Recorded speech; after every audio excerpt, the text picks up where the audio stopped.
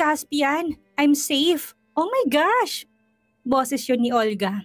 Saktong pagkatayo ko'y kagad ko natanaw na nakayakap na si Olga. Kay Caspian.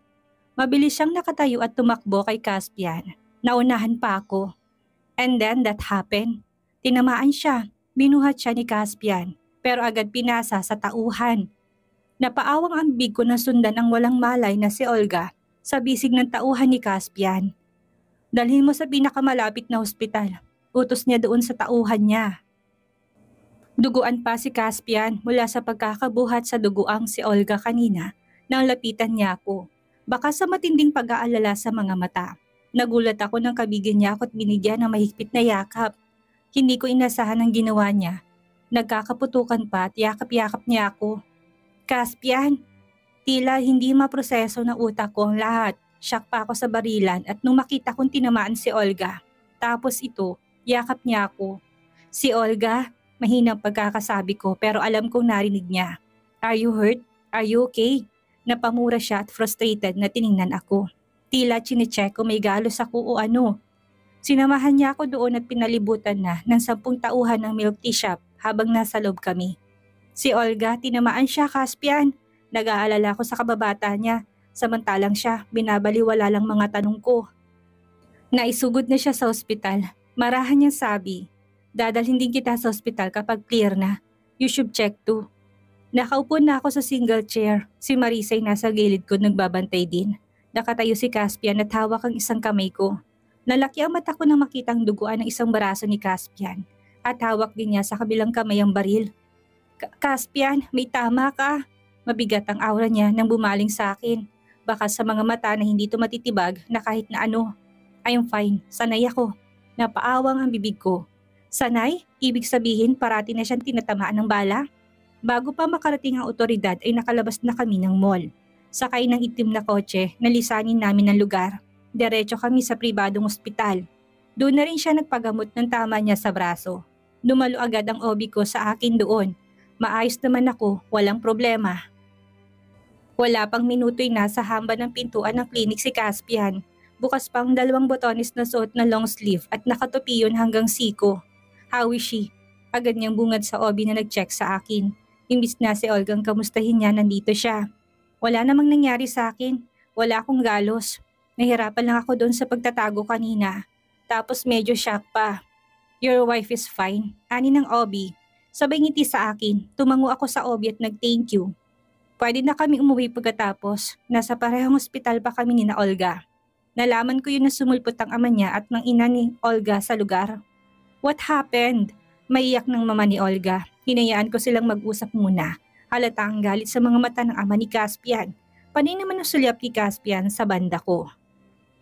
Tila sinisiguro na nandoon pa ako at naghihintay sa kanya. Si Marisa humahagik-hik sa tabi.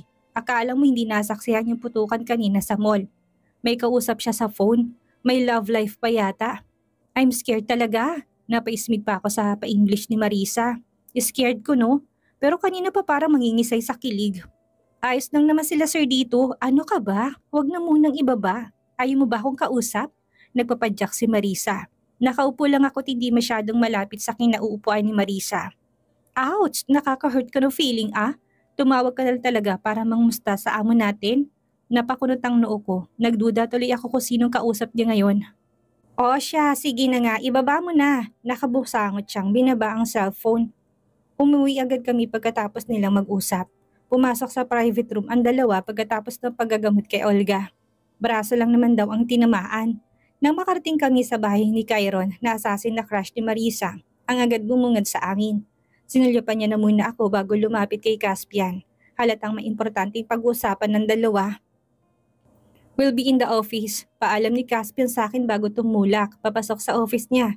Tumango lang ako. Tapos sumunod na kay Marisa na nagtungo sa kusina. Maghihiwa raw siya ng pipino. Bigla niyang naisipang mag-beauty rest ngayon. Kapag day off kasi yung Marisa, madalas tambay lang sa bahay. Stay in kasi siya. Ngayon na day off niya, yun rin ang balak niya. Nag-scroll ako sa phone habang nilalagay ni Marisa ang iniwang pipino sa platito. Habang ako kumuha rin sa pipino niya sa platito. Grabe ka ma'am! Ano pang ilalagay ko sa mukha niyan? Pumadyak siya. Marami namang pipino sa ref eh. Nilayo niya sa akin ang platito niya. Saka doon nagpatuloy sa paghihiwa ng pipino. Ang damot talaga ng babaeng to. Ibinalita ng kaguluhan sa mall na pinuntahan namin. Ang headline ay ang sindikato raw. Pero maraming nag-react lalo pat wala namang nawala at ninakaw sa mall. At ang mas napuruhan ay ang milk tea shop na kinaroroonan namin noong mga time na yon. Naging misteryo rin tuloy sa akin ang shooting incident na yon. Dinagdagan ng tauhan na nagbabantay sa bahay kinabukasan. Nakapagtataka nga eh. Tapos ayaw akong palabasin. Utos daw ni Caspian. Nasilip ko rin ang pangalang nakasave sa phone ni Marisa. Tumunog kasi ito tapos iniwan lang sa sala kasi may kinuhang pagkain sa kusina. Baby apple pie, napanghiwi ako. Ang jologs naman ng mga to. Boyfriend niya na ba yan? Sino kaya sa tauhan ni Caspian? Yung boylet mo Marisa, tinaas ko sa kanyang phone niya. Namilog ang mata niya. Si Kyron to ma'am. Humahagikik siya, nagulat ako. Seryoso? Nasa ganyang level na sila ng landian nila? Inutusan na sir na bantayan ka, kaya parating natawag. Siyempre, pagkakataon ko na to. Angel in disguise talaga sa Sir Caspian. At number ko pa talagang binigay kay Papa Kyron ko. Umirit siya sa kilig. Napatango-tango ako. Kaya naman pala, akala ko pa man din may jowa na tong si Marisa. Nauubos ang pipino sa ref kakasalpak niya sa pagmumukha niya. Assuming naman itong si Marisa, magpapaganda ka agad. Hindi pa nga sila eh. Assassin yan Marisa. Pag kayo nagkatuluyan yan, tapos nagalit sa'yo, tsak nalalamayan ka kinabukasan. Wala namang kaso sa akin, makikikape lang din ako sa lamay mo. Napabusangot si Marisa. Grabe siya, dinidiscourage mo pa talaga ako ma'am. Real talk yan Marisa, hindi bali na magsasaka mapapangasawa ko. Basta ba hindi mamamatay tao. Hindi pa ako ready na maging pataba sa lupa no. Wala naman akong balak gawing asawa yan ma'am. Landi-landi lang, ganun. Masyado ka naman pong advance. Umismid ako. No, maniwala ako. Ang mismong Obi nang pumunta sa bahay sa mga sumunod na araw. Seryoso talaga si Caspia na hindi ako palalabasin. Mas lalo tuloy naging boring ang lahat. Kinamusta ako ni Chang kinahapunan. Siya nagbabalita kay Papa about sa akin dito sa syudad. Hindi niya sinabing tumitira ako sa isang bubong kasamang mafia na si Caspian. Baka biglang lumipad yun dito at kalat ka rin na lang ako bigla pa uwi. Ayos ka lang ba? Kamusta kayo ng baby mo? Nabalitaan ko nangyari sa mall. Nandun daw kayo? Ayos na Chang. Saan mo naman nasagap yan Chang? Bilib na rin ako sa pagiging chismoso nitong si Chang. Akalain mo hindi ko pa sinasabi. Alam niya na. Basta, I have my ways. Wow naman, 1 taon lang ang kontrata mo sa kanya, hindi ba? Biglang naitanong niya. Opo. May alam akong lugar na pwede mong puntahan kapag natapos ng kontrata mo sa kanya. Safe kayo na baby doon. Tingnan mo kapag may pagkakataon ka. Maririnig ang malalim niyang paghinga. Kung ayaw mo na muna magpakita sa papa mo, pwede ka ron. Nakausap ko ng may-ari. Pero depende pa rin sa decision mo. Nag-aalala lang ako para sa inyo ng pamangkin ko. Napangiti ako. Salamat Chang. Hayaan mo kapag may oras, pupuntahan ko para ma-check. Magulong buhay ni isang mafia hubita. Hindi mo masisigurong safety mo sa kanya. Illegal at kung ano-anong krimen ang kinasasangkutan nila. Delikado, may anak ka. Wala naman akong balak na magtagal dito, Chang. Gaya na napag-usapan, aalis kami ng anak ko dito. Natigilan ako't napayuko sa kamapait ng ngumiti. At wala na naman kaming dahilan pa ng anak ko na manatili dito kasamang ama niya. Para saan pa? Kahit pa gustuhin ko magkaroon ng kompletong pamilyang anak ko ay imposible. Lalo na kapag walang balak si Caspian para sa amin ng bata. Sino lang naman kasi ako? Nandito lang naman ako para makuha ang perang isasahod niya sa akin kapag nagawa ko ng maayos ang trabahong pinapagawa niya. Kahit kailan hindi niya nabanggit ang tungkol sa plano niya para sa amin ng bata. Ayaw ko na rin mag-expect.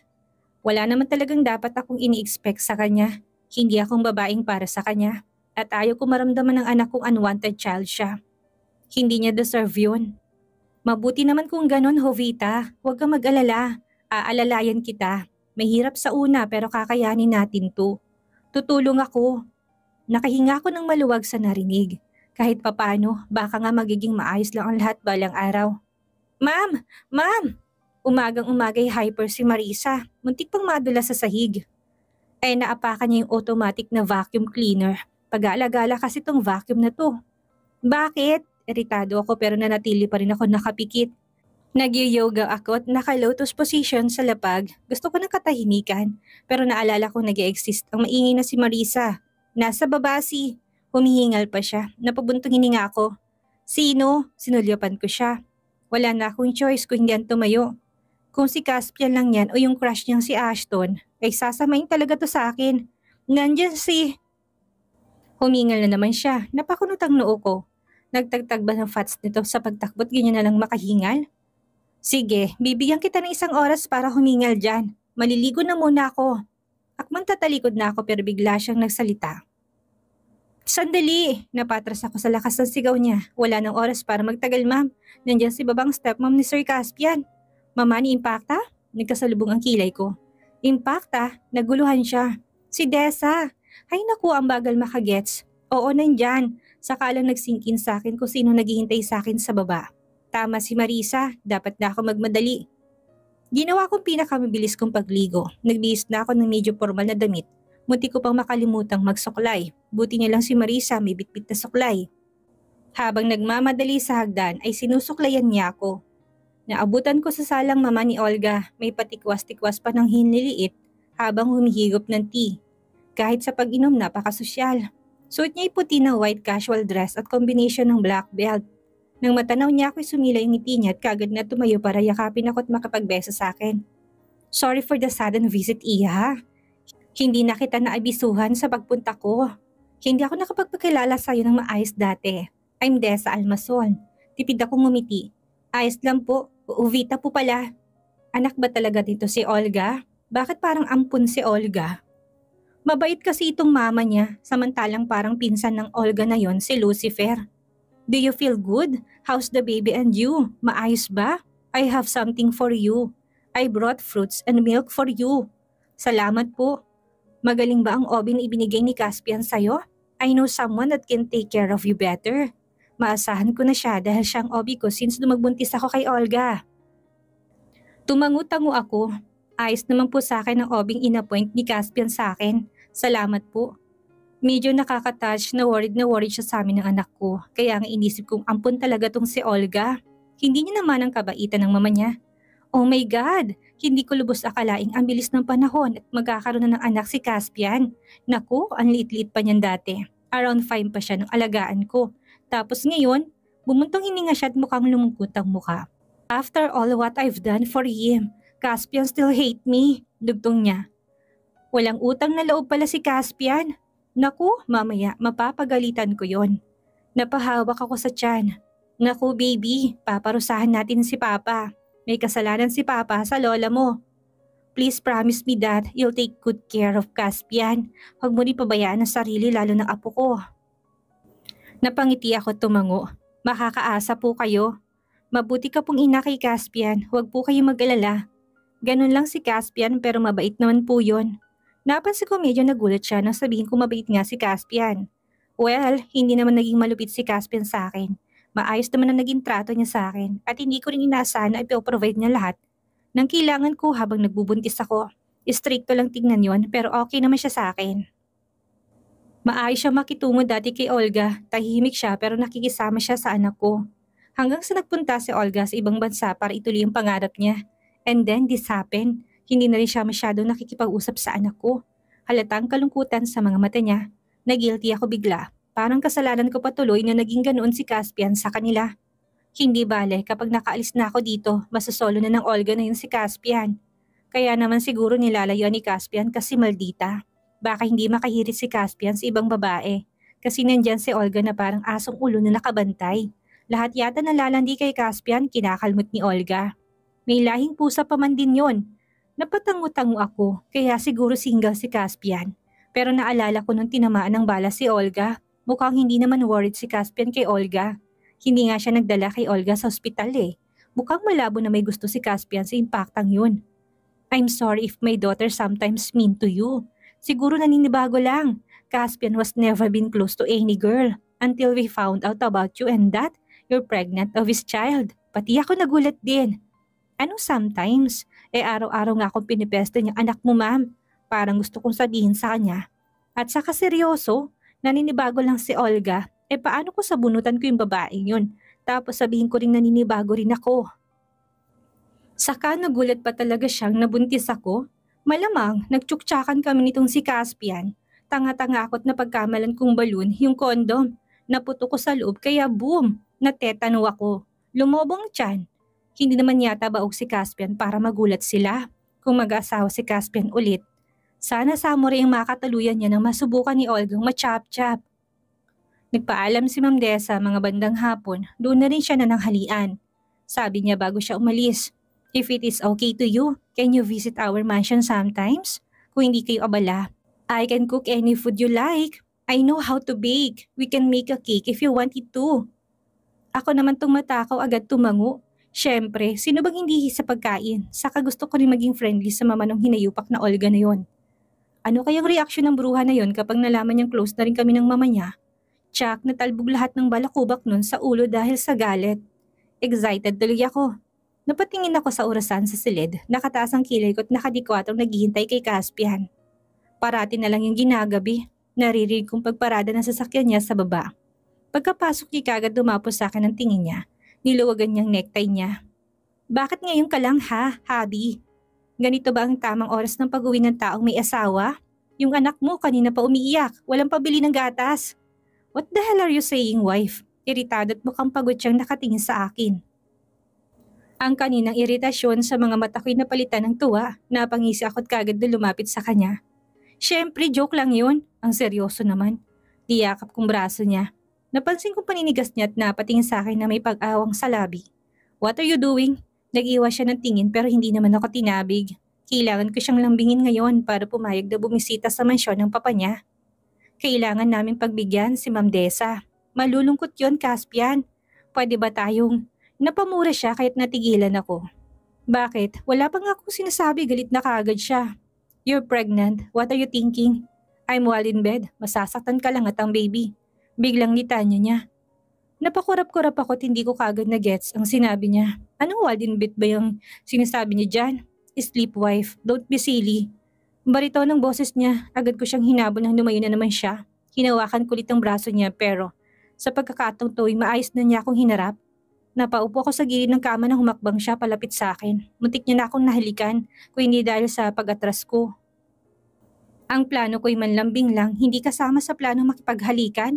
Langya, tinuko niya mga kamay sa magkabilang gilid ko. Naikulong niya ako sa mga braso niya at maring tinitigan sa mga mata na palinok ako.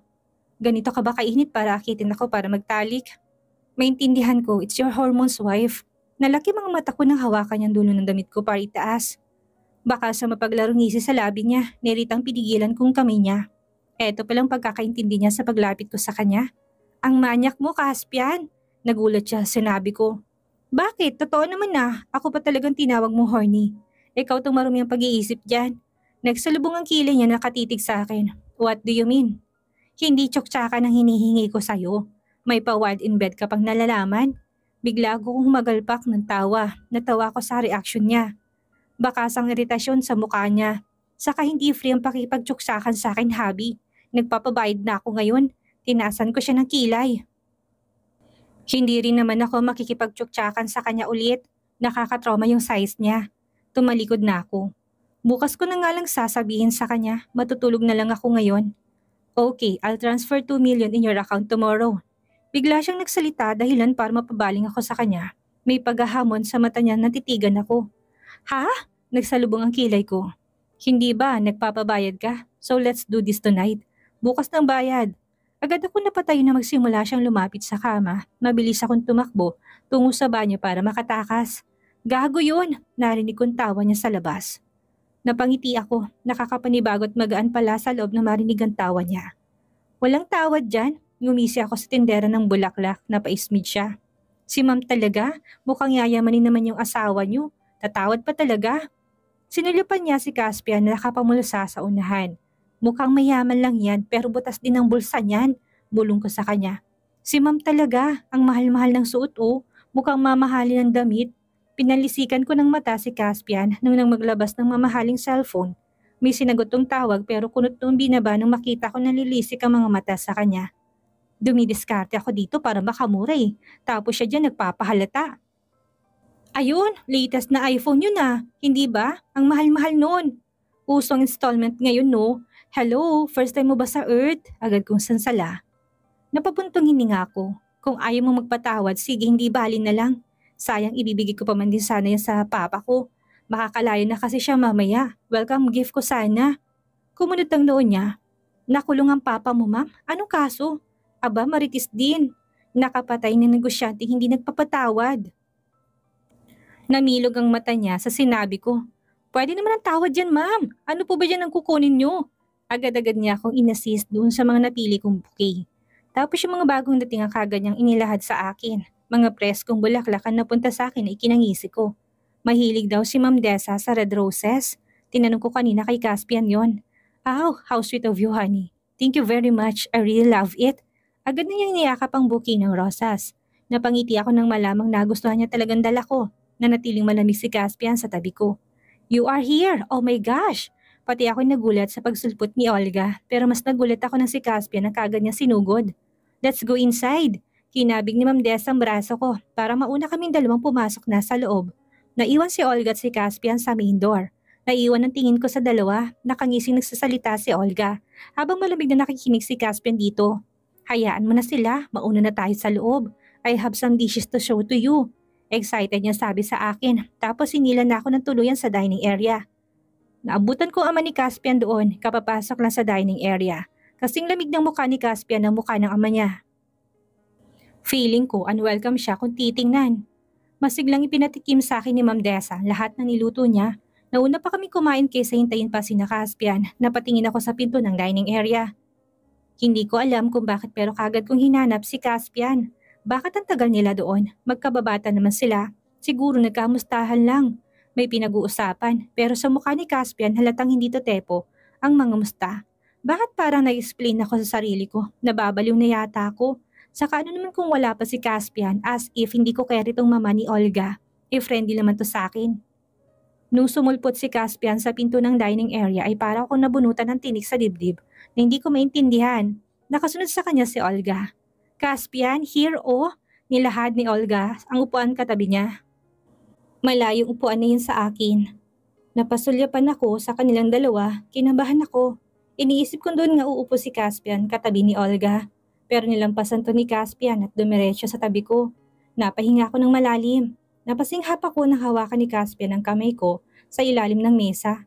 Parang may kung anong kabayo na nakipagkarirahan sa dibdib ko. Nang gawin niya yon. Binalingan ko si Caspian na may pagtataka sa mga mata. Do you like it? Marahan ang boses niya sa akin. Napalunok ako bago tumangot kagad nagbawi ng tingin. Hoy Heart, ano nangyari sa'yo? Bakit ganyan ka ngayon? Kailan ka pa natutong kumabog ng bongga dyan? Hinawakan lang ni Caspian ang kamay mo, nagwala ka na kagad dyan. Isipin mo, parte ng drama niyo yan. Caspian, here's some. Honey, kaya na yan ni Caspian. Sansali ni Ma'am Dessa kay Olga. Naudlot tuloy sa ere ang pagkain ibibigay ni Olga kay Caspian. Continue eating Olga. Patuloy ng mama niya at bumaling sa mga katulong. Manang, agad lumapit ang mga katulong para lagyan ng juice at tubig ang mga baso na lahat ng nandoon. Nakita ko kung paano napahiya si Olga. Matalim ang tingin pinukol ni Olga sa akin. Bakit? Ano naman ang problema niya sa akin? Ako bang namahiya sa kanya? Mama niyang kausapin niya. Kasalanan niya naman yan. Masyado siyang pabida dyan. Eat this. Minimize your rice, wife. Nilagyan ni Caspian ng maraming garden salad ng plato ko at nilagyan niya na rin ng konting kanin. Do you like steak? Napalunok ako tumango. Ayan na naman abnormal kong puso. Nagwawala na naman sa hindi malamang dahilan. Kay Rita, napansin kong iritasyon sa mga mata ni Olga habang nakatitig sa aming dalawa ni Caspian. Kung nakamamatay ang titig ni Olga, tsak na kanina pa ako bumulagta dito. Nag-concentrate na lang ako sa pangiinis kay Olga. Nilagyan ko rin ng pagkain ng plato ni Caspian. Dagdagan mong kanin mo, Habi. Nagulat si Caspian na nilagyan ko ng maraming kanin ng plato niya. He's on diet. Biglang nagsalita si Olga. Palag na palag ang mukha niya. Kumakatingin sa akin parang handa ng mangalmot anong oras mula ngayon. Ngumiti ako kay Olga. Ngising-ngisi ang naiinis na mas gusto kong tumabang asawa ko. Masyadong habulin ng babae eh. Narinig kong tawa ni Ma'am Dessa. Just like what I did to Generoso. Masyadong habulin ng babae kaya no diet for him. Mas prefer ko rin na tumaba siya. Si Ma'am Dessa. Nangingiting patango-tango ako kay Ma'am Dessa. At angat ang kilay na bumaling ako kay Olga. See, magkasundo kami ng mama mo. Impacta ka. Mas lalo lang yata siyang naggitngit sa galit dahil sa narinig niya sa mama niya. Caspian, this is not healthy for you. You don't need to let her do what she like to do to you. Ayaw pa rin magpatalo ni Olga. Aba kung makapagsalita naman ito, akala mo nilalason ko si Caspian. Halor, kanin lang yan no. Pero kalaunan na konsensya ako, baka nga hindi naman talaga gusto ni Caspian na tumaba. Pinaghirapan niyang abs niya at biceps. Tapos sisirain ko lang. Babawasan ko sanang kanin niya nang pigilan niya ako. No more rice for you. Don't you try to trick me, silly. Kumakain na kasi siya, hindi niya pinapansin ang sinasabi ni Olga kanina. Tataba ka. Hininaan kong boses ko, sakto lang para marinig niya. I have a strong metabolism, so no, I don't get fat easily. Nakabusangot na sinabayan ko pang panliliit ng mga matang tinitigan ko siya. Baka niloloko niya lang ako para maniwala ko. Stop it, I'm telling the truth. Ani niya sa kapinisilang kamay ko sa ilalim ng mesa. Gabi na kaming nakapunta doon kaya sa susunod na lamang ang balak na pagbe-bake. Masigla pa rin ako inayayahan ni Ma'am Desa na bumalik doon kahit todo nabusangot si Olga sa harapan naming lahat. Hindi rin naman masyadong nagpapansinan si Caspian at ang papa niya. Tahimik ang biyahe namin pa uwi, pero nabulabog na matanaw ko ang vendor na naglalako ng isaw at kwek-kwek sa tabi ng kalsada. May ilang estudyanteng nakatayo sa pwesto ng vendor. That's the safe wife. Umangal na naman si Caspian. E di sana patay na ako ngayon. Ang tagal-tagal ko na kumakain ng kwek-kwek eh. Nasa tabi ng dagat ang pwesto, kaya saktong-sakto, umupo ako sa gutter. Madilim ang unahan, wala na ako matatanaw na kung ano doon. Pero malamig ang hangin at masarap sa pakiramdam, kaya gustong-gusto ko manirahan sa tabing dagat. Nakaka-refresh na utak. Ilang saglitin napansin kong pag-upo ni Caspian sa tabi. Napalingon ako sa kanya, tahimik at seryoso siyang nakatanaw sa unahan. Siya nga pala, Habi. Kailan pala matatapos to? Napansin kong pag-ikting ng panga niya. Are you done? Just tell me, uwi na tayo. Hindi niya sinagot ang tanong ko, nag-iba siya ng topic. Namilog ang mata ko nang may ma-realize. Baka naging totoo yung sinabi ko sa nagbebenta ng bulaklak kanina. Baka wala ng pera si Caspian. Kaya hindi niya ako masagot-sagot ngayon kasi wala na talaga siyang pambayad sa akin. Baka nakarma na ako doon sa tindera ng bulaklak na niloko kanina. Patay.